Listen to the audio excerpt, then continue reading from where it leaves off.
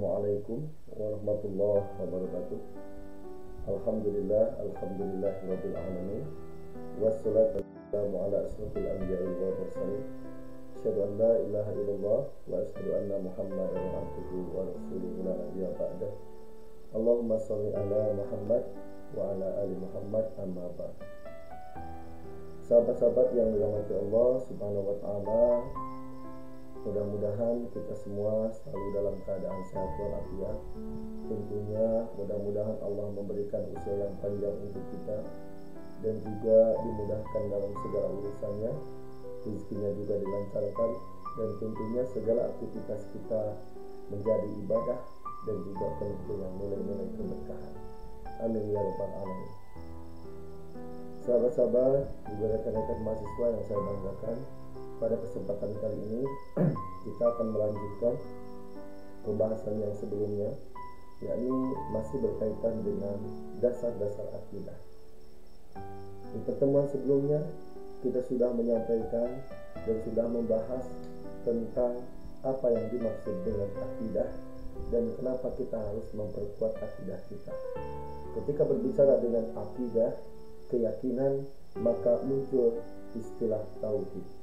Tauhid ini adalah sesuatu hal yang pokok di dalam Islam, merupakan fondasi umat Islam, di mana kata tauhid ini adalah berkaitan dengan mengesahkan Allah Subhanahu wa taala. Bagi seseorang yang ingin masuk agama Islam, bagi seorang muslim, sudah wajib kirinya dia memperkuat dari sisi tauhid, sisi syahadat. Makanya orang yang akan masuk Islam, maka dia mengucapkan atau melafalkan dua kalimat syahadat, yakni syahadat Allah atau syahadat tauhid, dan juga syahadat Rasul, yakni persaksian kepada Kanjeng Nabi Muhammad SAW. Asyhadu an la ilaha illallah, kita bersaksi bahwa memang tidak ada Tuhan ilah yang disembah selain Allah Subhanahu wa taala. Dan juga kita bersaksi wa asyhadu anna Muhammadar Rasulullah, bahwa Nabi Muhammad adalah Nabi dan Rasul Allah Subhanahu wa ta'ala. Sahabat yang dirahmati Allah Subhanahu wa ta'ala, memperkuat sisi tauhid ini adalah kita memperkuat dan keyakinan penuh karena Allah yang tergambar di dalam Quran surat Al-Ikhlas, a'udzubillahi minasyaitonirrajim, qul huwallahu ahad, bahwasanya kita mengatakan bahwa Allah lah Allah yang esa, Allah yang maha kuasa, Allahus Samad, Allah tempat bergantung segala sesuatu. Apapun yang kita mau, apapun yang kita minta, apapun yang kita butuhkan, semua memasrahkan dan memintanya kepada Allah Subhanahu wa taala. Lam yalid wa lam yulad, dan tidak beranak dan tidak pula diperanakan. Allah tidak memiliki anak dan Allah tidak bisa diperanakan. Itulah yang disebut dengan esa. Walam yakul lahu kufuwan ahad, dan tidak ada satupun yang bisa menyerupainya. Siapapun makhluk ataupun apapun itu, tidak ada yang setara dengan Allah Subhanahu wa taala. Karena Allah adalah sang pencipta dan pemilik alam semesta.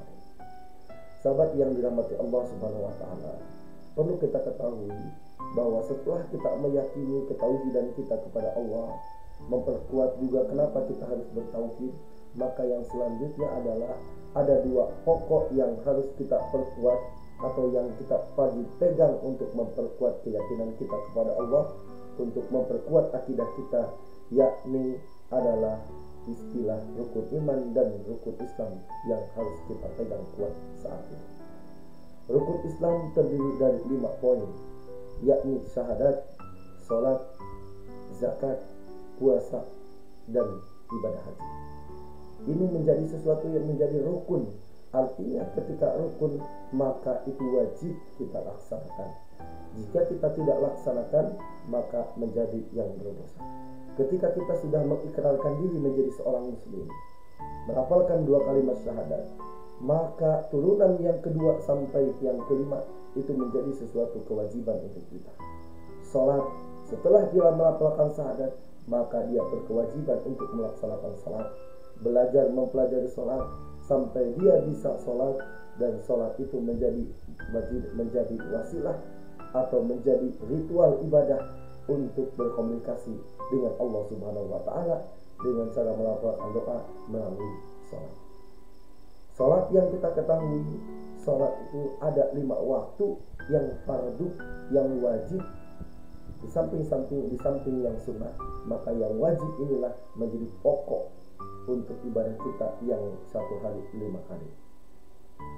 Yang ketiga adalah zakat. Maka setelah kita menjadi seorang muslim, kita diwajibkan untuk melaksanakan zakat. Zakat ini dimaksudkan untuk membersihkan diri kita, untuk membersihkan harta-harta kita, sehingga apa yang kita miliki itu terjauh dari yang namanya harta-harta haram, yang jauh dari namanya penyakit. Itulah yang disebut dengan zakat. Kalau bulan puasa kita mengenal zakat fitrah. Kalau misalnya yang lain juga kita mengenal zakat mal dan yang lain. Kemudian juga Allah memerintahkan puasa. Puasa diperintahkan kepada kita untuk melatih diri, melatih ketaatan, melatih kedisiplinan dan bentuk kecintaan kepada Allah Subhanahu wa taala. Dan sebagai wasilah datangnya ampunan Allah terhadap kita, terhadap dosa-dosa kita selama hidup, maka dengan dihadirkan puasa itu bisa menghapuskan dosa-dosa kita. Kemudian yang kelima ada ibadah haji.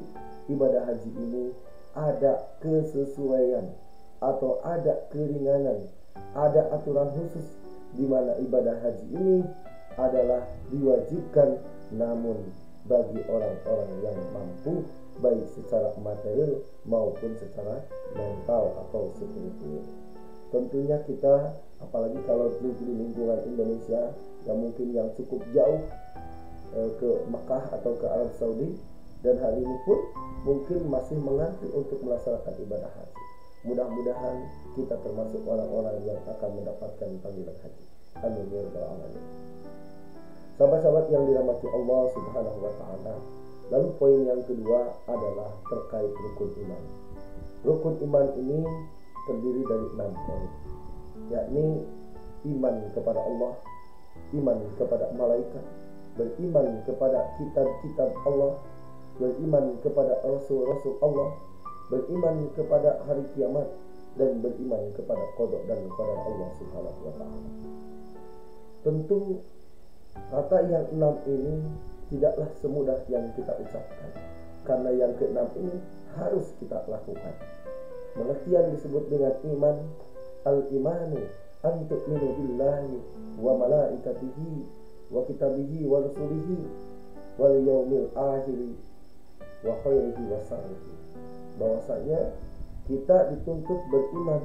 Ketika dimaksud iman adalah kita percaya, yakin penuh kepada Allah Subhanahu wa taala, seperti yang digambarkan pada penjelasan sebelumnya, bahwa kita meyakini Allah Subhanahu wa taala Maha Pencipta, Maha Pemelihara, dan Maha Kuasa atas segalanya, sehingga tidak ada sedikit pun peluang kita yang luput dari penglihatan Allah Subhanahu wa taala.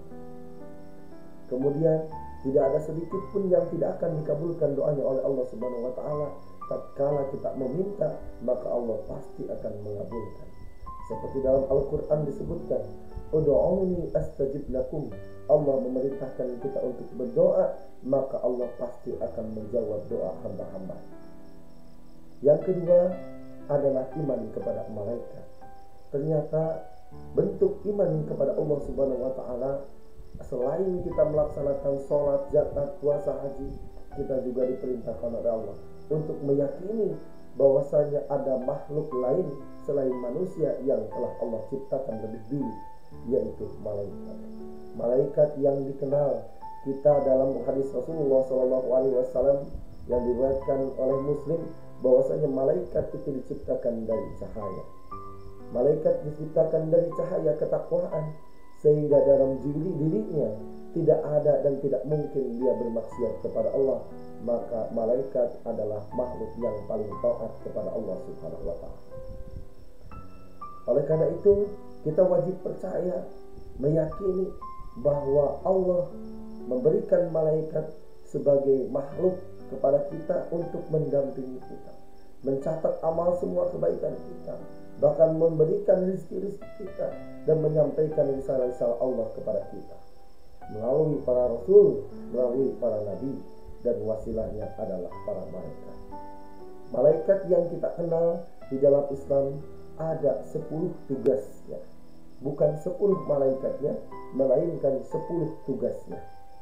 Yang pertama ada Jibril, yaitu menyampaikan wahyu.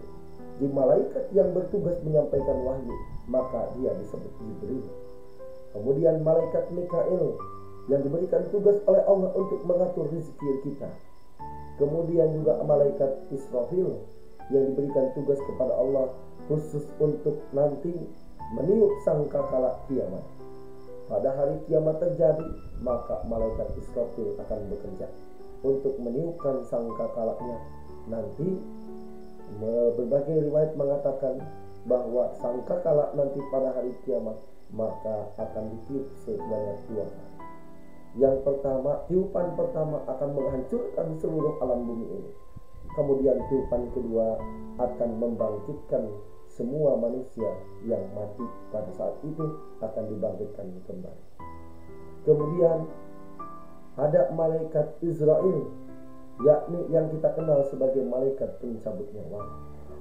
Malaikat Munkar Nakir, malaikat Raqib Atid, malaikat Malik dan malaikat Ridwan. Itu semua malaikat dengan segala fungsinya, dengan segala tugasnya mengemban misi dari Allah Subhanahu wa Ta'ala. Kita wajib meyakini bahwa setiap yang kita lakukan pasti diawasi. Dan ketika nanti kita wafat masuk alam kubur, kita pun akan ditanya. Ada malaikatnya yang kita mengenal Munkar Nakir, Raqib Atid mencatat amal baik kita. Kemudian ketika nanti di yaumil akhir kita akan masuk neraka, naudzubillah min dzalik, maka di situ sudah tersedia malaikat-malaikat dan juga ada dengan senyumnya menyambut kita di surga nanti ada malaikat Ridwan. Sahabat yang dirahmati Allah Subhanahu wa Ta'ala, rukun iman yang ketiga adalah iman kepada kitab suci. Kita meyakini bahwa Allah telah menurunkan beberapa kitab kepada para nabi sebagai petunjuk bagi umat manusia. Yakni dalam Islam kita meyakini penuh bahwa ada 4 kitab yang diturunkan oleh Allah Subhanahu wa Ta'ala kepada para nabi dan rasul. Yakni ada kitab Zabur yang diturunkan kepada Nabi Daud. Kemudian ada Taurat yang diturunkan kepada Nabi Musa. Ada Injil yang diturunkan kepada Nabi Isa. Dan Al-Quranul Karim yang diturunkan kepada Nabi Muhammad Sallallahu Alaihi Wasallam. Lalu bagaimana kita meyakini dan mengimani bahwa kitab yang diturunkan oleh Allah ini terdapat 4 bagian atau 4 kitab, tapi saat ini kita malah diperintahkan kepada Al-Quran saja. Memang bahwa Allah meyakini bahwa Allah menurunkan 4 kitab suci, dan kita harus yakin bahwa semua kitab-kitab itu adalah bermuara dari Allah Subhanahu wa Ta'ala. Kalau memang kitab ini adalah bermuara dari Allah Subhanahu wa Ta'ala, sudah tentu isinya adalah tentang al-Islam atau yang disebut dengan keselamatan. Namun apa yang membedakan kitab-kitab sebelumnya dengan kitab Al-Quranul Karim, yakni secara spesifik kita bisa pelajari lagi nanti, namun gambaran umumnya adalah dalam kitab-kitab Zabur, Injil dan Taurat itu hanya diturunkan oleh Allah kepada Nabi dan Rasulnya dan hanya diperuntukkan untuk kaum-kaumnya tertentu. Sedangkan Al-Quranul Karim itu diturunkan kepada rahmatan lil alamin, yang diturunkan kepada semua, yang ditunjukkan untuk semua umat manusia. Dalam artian kitab ini adalah sebagai penyempurna dari kitab-kitab sebelumnya, sebagaimana Rasulullah Muhammad SAW adalah nabi penutup dari para nabi. Oleh karena itu, bagaimana sikap kita kepada kitab-kitab suci yang tadi? Maka kita sebagai seorang muslim, sebagai seorang mukmin, wajib tentunya meyakini bahwa kitab-kitab Taurat, Zabur dan Injil adalah kitab Allah, namun kita tidak diwajibkan untuk mengamalkannya. Melainkan kepada Al-Quran, kita wajib percaya penuh, mempelajarinya, dan wajib mengamalkannya. Karena di dalam Al-Quran, semua yang termaktub di Injil, semua yang termaktub di Taurat dan di Zabur, semuanya termaktub di dalam Al-Quran Karim. Sahabat-sahabat yang dirahmati Allah Subhanahu wa Ta'ala. Lalu yang keempat adalah iman kepada Rasul-Rasul Allah. Siapa yang dimaksud dengan Rasul? Siapa yang dimaksud dengan Nabi? Bahwasanya bahwasanya Allah Subhanahu wa Ta'ala ternyata memilih manusia terbaik yang dipilih oleh Allah, dijadikan sebagai perantara atau pembawa risalah Allah Subhanahu wa Ta'ala, yakni Nabi dan Rasul. Apakah Nabi dan Rasul itu sama? Itulah pertanyaan yang sering muncul. Tentu Nabi dan Rasul memiliki sedikit perbedaan. Di manakah letak perbedaannya? Nabi itu secara jumlah mungkin banyak, lebih banyak daripada Rasul. Rasul yang kita ketahui dan wajib diketahui di dalam Islam hari ini adalah sebanyak 25 Rasul. Nah, perbedaannya, Nabi itu adalah yang diberikan wahyu oleh Allah Subhanahu wa Ta'ala, tapi tidak wajib untuk diamalkan atau disampaikan kepada orang lain. Akan tetapi seorang Rasul itu adalah seorang Nabi yang diberikan wahyu oleh Allah Subhanahu wa Ta'ala dan diberikan tugas khusus untuk menyampaikan risalahnya juga kepada seluruh umat manusia. Disitulah perbedaannya antara Nabi dan Rasul. Jadi filosofinya, seorang Nabi tidak berarti seorang Rasul, tapi seorang Rasul sudah pasti dia seorang Nabi. Oleh karena itu, yang 25 itu adalah dikatakan Nabi dan Rasul Allah Subhanahu wa Ta'ala, dari Nabi Adam sampai Nabi Muhammad SAW. Kemudian di balik kisah para nabi banyak keteladanan yang luar biasa yang bisa kita teladani dan bisa kita contoh sebagai wasilah meningkatkan keyakinan kita kepada Allah, juga meningkatkan keimanan kita kepada Allah. Tentunya kita semakin cinta kepada Allah, bahwa janji-janji Allah itu adalah nyata, seperti yang tergambar pada kisah-kisah para nabi. Siksaan Allah, azab Allah yang diberikan oleh Allah di muka alam bumi ini, itu telah terjadi pada umat-umat terdahulu. Oleh karena itu, Allah menginginkan kita mempelajari Al-Quran, mempelajari kisah-kisah yang terjadi, yang ada di dalam Al-Quran sebagai gambaran bahwasanya janji Allah pasti itu akan terjadi. Sahabat-sahabat yang dirahmati Allah Subhanahu wa Ta'ala, yang kelima adalah iman kepada hari kiamat.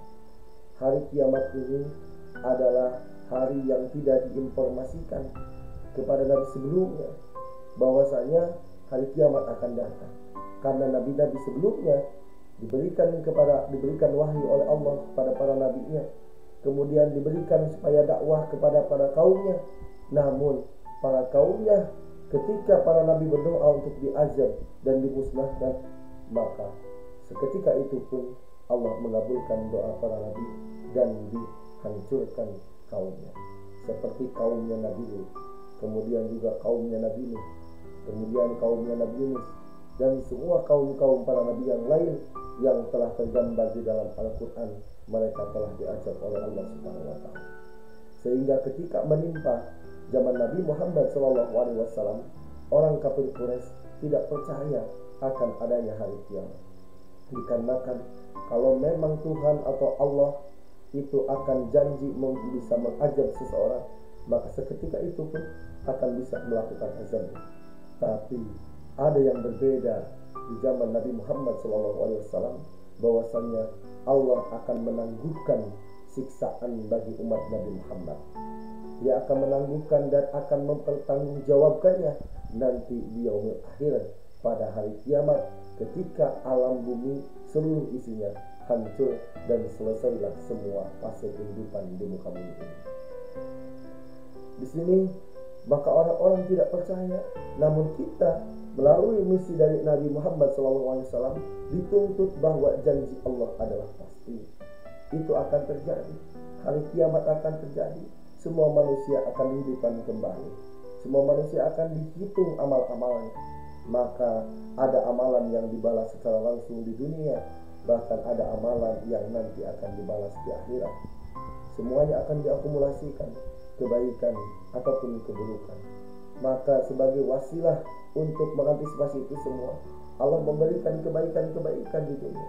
Allah memberikan sarana-sarana ibadah sebagai penebus dosa-dosa kita, karena kita tidak akan pernah tahu ketika di yaumil akhir nanti apakah timbangan amal baik yang lebih banyak atau timbangan amal buruk yang lebih banyak untuk kita.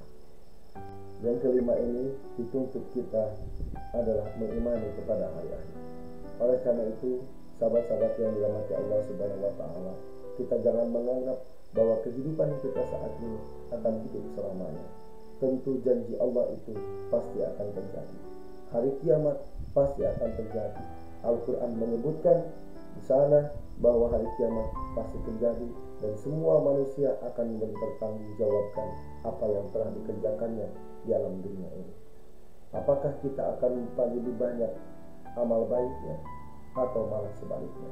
Oleh karena itu, apalagi di momentum Ramadan ini, jadikanlah momentum Ramadan kita ini sebagai wasilah untuk meraup pahala sebanyak-banyaknya dan menggugurkan kebaikan dan menambahkan kebaikan sebagai penggugur dosa-dosa kita, sehingga nanti benar-benar ketika bulan Ramadan datang sesuai dengan janji Allah Subhanahu wa taala, man qama ramadhana imanan wa ihtisaban ghufira lahu ma taqaddama min dzambi, bahwa barang siapa yang bisa menghidupkan bulan suci Ramadan, yang bisa melaksanakan puasa di bulan Ramadan, yang bisa meningkatkan amalan-amalannya di bulan Ramadan, maka Allah akan mengampuni dosanya, dosa yang telah lalu, dosa yang kita lakukan, sehingga di hari yang fitri kita benar-benar kembali ke fitrahnya kita sebagai manusia, bersih lahir dan batin kita, sebagaimana seorang bayi yang lahir ke alam dunia ini tidak membawa dosa. Sahabat yang dirahmati Allah Subhanahu wa taala, yang terakhir adalah mengenai iman kepada qada dan qadar Allah. Iman kepada qada dan qadar Allah adalah kita meyakini bahwa segala sesuatu yang terjadi di alam semesta ini, baik itu kejadian yang baik maupun yang buruk, adalah berdasarkan takdir yang ditetapkan oleh Allah Subhanahu wa taala. Dalam kategori takdir atau qada dan qadar Allah ini ada dua hal, ada dua jenis, yakni takdir yang tidak bisa kita rubah dan takdir yang bisa kita rubah atau bisa kita perbaiki. Takdir yang tidak bisa kita rubah adalah takdir yang benar-benar kita tidak ketahui, seperti usia kita, lama hidup kita, kapan kita akan meninggal, kapan kita akan dicabut oleh Allah Subhanahu wa taala. Itu adalah salah satu contoh yang tidak bisa dirubah. Kemudian lahir kita, seorang laki-laki ataupun seorang perempuan, itu tidak bisa kita rubah. Sekalipun hari ini kita dirinya adalah seorang laki-laki dan ingin berubah jadi perempuan, tidak akan pernah terjadi. Bahwa kita dengan jerih payah umat manusia, dengan kita berusaha operasi dan sebagainya, tidak akan merubah jati dirinya. Dia tetap sebagai seorang laki-laki dan dia tetap sebagai seorang perempuan. Sahabat yang dirahmati Allah Subhanahu wa taala, dan ada qada atau qadar Allah yang bisa dirubah. Contohnya adalah tentang nasib. Kalau nasib itu tidak ada nasib yang didasarkan oleh Allah bahwa kita terlahir sebagai orang miskin, bahwa kita hidup akan dalam keadaan miskin, tidak ada. Itu adalah tergantung kita, ijtihad kita, ikhtiar kita, doa kita. Maka siapa yang tidak mau ada dalam kemiskinan, maka dia wajib bekerja, maka dia wajib berusaha. Dan barang siapa ingin mendapatkan sesuap nasi, ingin mendapatkan uang, maka dia harus bekerja. Dan bekerja itulah yang nanti akan menjadi wasilah ibadah. Kemudian persoalan jodoh, Allah sudah menetapkan jodohnya, bahwa seorang laki-laki itu adalah pasangannya perempuan. Jangan sampai terjadi laki dengan laki-laki, perempuan dengan perempuan. Itu bukanlah jodohnya. Yang dimaksud oleh Allah Subhanahu wa taala adalah jantan dan betina, laki-laki dan perempuan. Jadi berjodohlah laki-laki dengan perempuan. Namun siapa kita ingin berjodoh dengan siapa, kita yang harus bergerak, kita yang berusaha. Seperti halnya Rasulullah Muhammad SAW bisa berjodoh dengan Siti Khadijah. Maka keduanya tidak mungkin terjadi pernikahan kalaulah memang dari dua insan ini tidak ada ijtihad, tidak ada usaha, tidak ada ikhtiar. Sejarah membuktikan, kita melihat bagaimana ketertarikan Siti Khadijah kepada Nabi Muhammad SAW. Kemudian dia bergerak, menggerakkan dirinya, meminta orang lain untuk membantu agar dia bisa berjodoh dengan Nabi Muhammad SAW. Alhasil, betullah Allah merestui hubungannya menjadi suami istri. Artinya di sini menandakan kepada kita segala sesuatu perlu ikhtiar, usaha. Lalu setelah ikhtiar dan usaha, lalulah kita tawakal, memasrahkan diri kepada Allah Subhanahu wa taala. Karena nanti yang memiliki hasil hanya Allah Subhanahu wa taala, kita hanya diperintahkan untuk berusaha. Sahabat-sahabat yang dirahmati Allah Subhanahu wa taala, itulah mungkin penjelasan singkatnya. Mohon maaf bila penjelasan kurang begitu mendalam, karena sebenarnya pembahasan ini kalau kita bahas satu persatu amat sangat mendalam. Rekan-rekan semua bisa menggali lebih dalam bagaimana menumbuhkan keimanan kepada Allah, keimanan kepada malaikat, kepada kitab, pada para rasul, para hari kiamat, dan juga pada qada-qadar Allah. Ini kalau dikaji satu persatu makna iman ini, maka tidak akan selesai berhari-hari. Oleh karena itu, ini adalah sebagai stimulus menambah dan mengingatkan kita, jikalau hari ini kita lupa bahwasanya rukun iman dan rukun Islam itu adalah fondasi utama umat Islam. Selain memperkuat akidah kita, semuanya rukun iman dan rukun Islam ini juga akan menambah kuat sisi akidah kita, memperkuat ketauhidan kita kepada Allah Subhanahu wa taala, sehingga diharapkan kita nanti bisa menjadi insan kamil, manusia yang benar-benar sempurna, insan mukminun, seorang insan mukminun, seorang yang benar-benar menjadi mukmin dan muslim sejati. Tentunya itu adalah hal-hal yang perlu kita tingkatkan untuk menjadi seorang muslim yang taat. Barangkali itu yang dapat saya sampaikan, kurang lebihnya mohon maaf. Mudah-mudahan ada manfaatnya. Kalaulah yang benar itu adalah hakikatnya dari Allah Subhanahu wa taala, namun yang salah adalah dari pribadi. Untuk itu mohon maaf bila ada yang kurang berkenan dan kurang pas dalam penyampaian. Mohon koreksi jika ada kesalahan. Terima kasih atas perhatiannya. Assalamualaikum warahmatullahi wabarakatuh.